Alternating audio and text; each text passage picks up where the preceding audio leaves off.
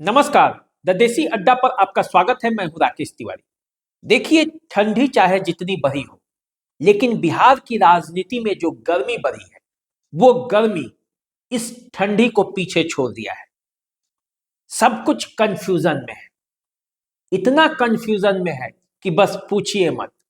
Confusion confusion confusion और सब कुछ कंफ्यूजन। बयान देने वाले भी कंफ्यूज हैं। बयान का प्रतिरोध जो कर रहे हैं वो भी कंफ्यूज हैं। खुद नीतीश कुमार कंफ्यूज हैं, जिनके बारे में ये कहा जा रहा है कि वो पाला बदलने वाले हैं, जिनके बारे में ये कहा जा रहा है कि लालू प्रसाद यादव ऑफर पर ऑफर दे रहे हैं, जिनके बारे में ये कहा जा रहा है कि बीजेपी से उनके जो संबंध हैं उतने बेहतर नहीं है, और जिनके बारे में ये कहा जा रहा है कि जिस तरह से नीतीश कुमार अंतिम समय में राजनीति का अपना दाव बदलते हैं, फिर उसके लिए तैयार बैठे हैं, और खरवास के बाद ये संभव है कि बिहार में सरकार फिर बदल जाए। ये क्या होगा, कैसे होगा, होगा भी कि नहीं होगा, ये सब लेकर कंफ्यूजन है। और कंफ्यूजन इतना है कि कोई दावा के साथ ये कह नहीं सकता कि आखिर बिहार की राजनीति में होने वाला क्या है। पल पल समीकरण बदल रहे हैं, बयान बदल रहे हैं। जो लालू के साथ हैं उनके भी बयान बदल जाते हैं, और जो लालू के विरोध में हैं उनके भी बयान बदल जाते हैं। लालू का ऑफर है, नीतीश कुमार को माफ कर देंगे। फाइनल और अंतिम ऑफर लालू प्रसाद यादव ने नीतीश कुमार को दिया है। लेकिन जब लालू प्रसाद यादव ने ऑफर दिया, उस ऑफर को उनके ही बेटे और बिहार के पूर्व उप मुख्यमंत्री तेजस्वी यादव ने काट दिया। वो कहते हैं कि नीतीश कुमार के लिए दरवाजा बंद है।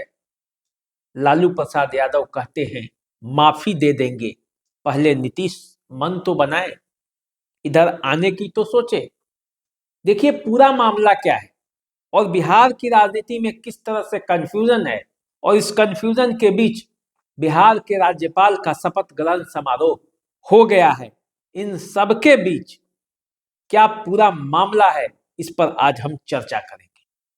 देखिए, मामला तो फिर ठंडे बस्ते में चला गया था, लेकिन लालू के एक बयान ने फिर से नीतीश कुमार के लिए कई रास्ते खोल दिए, और जब नीतीश कुमार के लिए रास्ते खुले तो फिर से कंफ्यूजन बिहार की राजनीति में हो गया। देखिए, लालू प्रसाद यादव ने नीतीश कुमार को महागठबंधन में शामिल होने के लिए फिर से ऑफर दिया। उन्होंने कहा कि नीतीश कुमार हमारे लिए भाई के समान हैं, उनके लिए सारे दरवाजे खुले ही हैं। नीतीश कुमार को भी अपना दरवाजा खोलकर रखना चाहिए। नीतीश कुमार अगर आते हैं तो साथ क्यों नहीं लेंगे, ले लेंगे साथ। अगर साथ आते हैं तो उन्हें अपने साथ मिला लेंगे। वो साथ आए, मिलकर काम करें।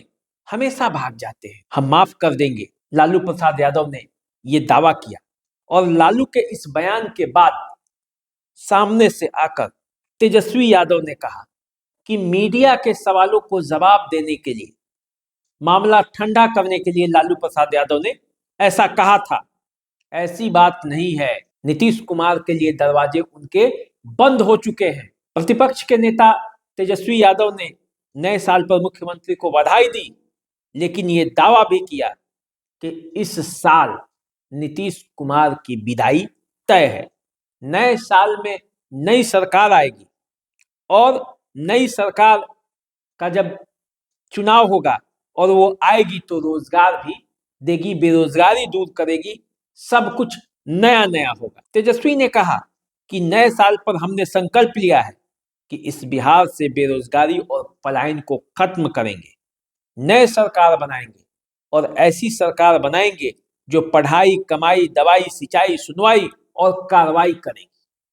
तो देखिए, तेजस्वी यादव तो पूरे मूड में है, लेकिन नीतीश कुमार ने लालू यादव के ऑफर पर अपना जवाब नहीं दिया।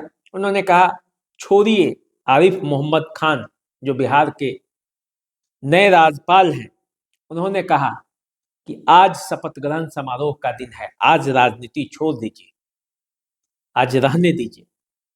लेकिन इन तमाम परिस्थितियों के बीच बीजेपी ने भी हमला किया है और बीजेपी ने कई बातें कही हैं। बीजेपी ने कहा है कि ये जो बातें हो रही हैं कि नीतीश चले जाएंगे, ऐसी कोई बात नहीं है। सम्राट चौधरी ने कहा, उप मुख्यमंत्री, नीतीश जी लालू जी के नस नस को पहचानते हैं, कैसे उन्होंने बिहार को लूटा है। डरी हुई है आरजेडी, डरी हुई पार्टी का क्या, लोग डरे हुए हैं, लालू जी डरे हुए हैं और इसीलिए वे नीतीश को ऐसा ऑफर दे रहे हैं। लोकसभा चुनाव में हालत देखी है सबने। ललन सिंह कहते हैं लालू जी क्या बोलते हैं, क्या नहीं बोलते हैं, वो लालू जी ही जाने। हम लोग तो एनडीए में हैं और एनडीए में ही रहेंगे। ललन सिंह के इस बात से आप समझ सकते हैं कि नीतीश कुमार कहीं जाएंगे नहीं जाएंगे, इसको लेकर ललन सिंह कितने, केंद्र में जो मंत्री भी हैं, कितने मजबूती के साथ अपनी बात को रख रहे हैं। देखिए, दरअसल जनता दल यूनाइटेड का एक धड़ा ऐसा है जो नहीं चाहता कि अब नीतीश कुमार किसी भी परिस्थिति में आरजेडी के पास जाए।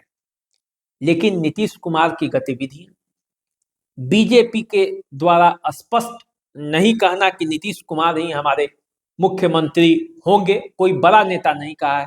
प्रदेश स्तर के सब नेता बोलते हैं, लेकिन कोई बड़ा नेता नहीं बोलता, इसलिए कंफ्यूजन।